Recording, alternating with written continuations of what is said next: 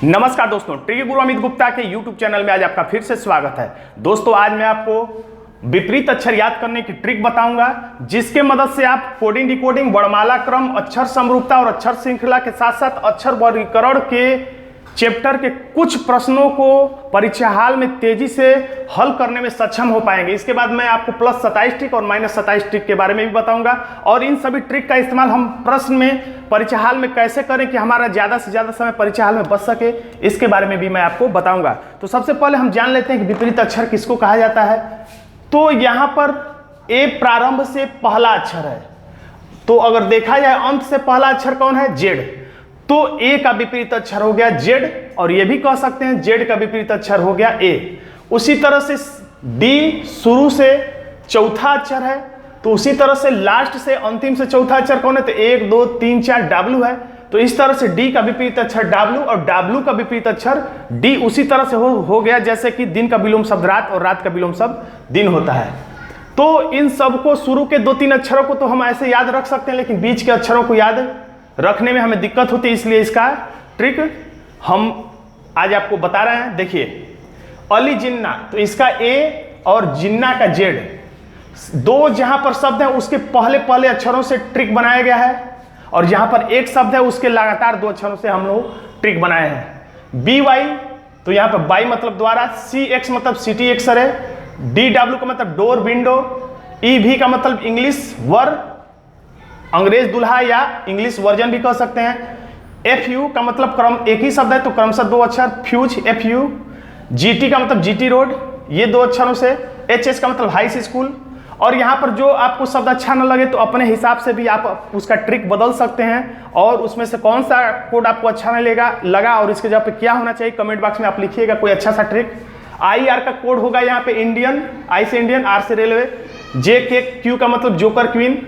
मैंने बताया था अपने पिछले वीडियो में अक्षरों का क्रम याद कराया था, उसमें जोकर 10 नंबर ही बताया था, यानी जे 10 पे आता है, यानी अंत से 10 नंबर पे क्यू आता है। के पी का मतलब काजी पंडित, एल ओ का मतलब कुछ लोग लव भी बताते हैं, यहाँ पे मैं बता रहा हूँ लाइट आप, एम एन का मतलब मॉर्निंग नून। अब इसके बाद हम एम, जैसे एल के बाद एम, एम के बाद एन का विपरीत अक्षर पूछेंगे तो फिर यही रिपीट होने लगेगा, क्योंकि एम का विपरीत अक्षर एन तो एन का विपरीत अक्षर फिर एम आएगा, एन के बाद ओ तो ओ का विपरीत अक्षर एल, क्योंकि एल का विपरीत अक्षर ओ आता है। यानी वर्णमाला में 26 अक्षर होते हैं, तो 13 का हमने विपरीत बता दिया, तो 13 इधर से देखेंगे तो वो 13 दूना 26 हो जाएगा। तो अब देखते हैं +27 विधि क्या होता है।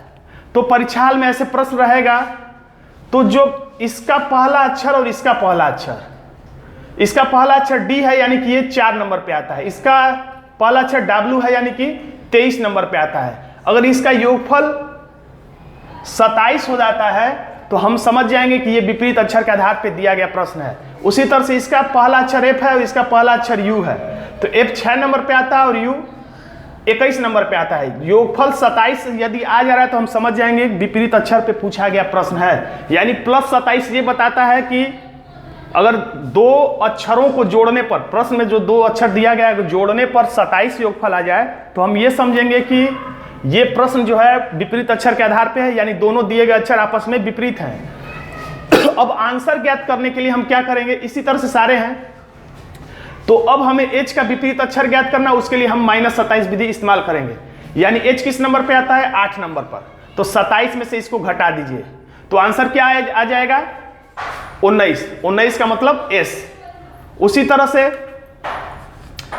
जे किस नंबर पे आता है? 10 नंबर पे, तो 27 में से इसको घटा दीजिए तो आंसर कितना आ जाएगा? 17 नंबर पे क्या आता है? क्यू। इसी तरह से हम घटा के सारे आंसर ला सकते हैं, लेकिन इस प्रक्रिया में हमें समय ज्यादा लग जाता है।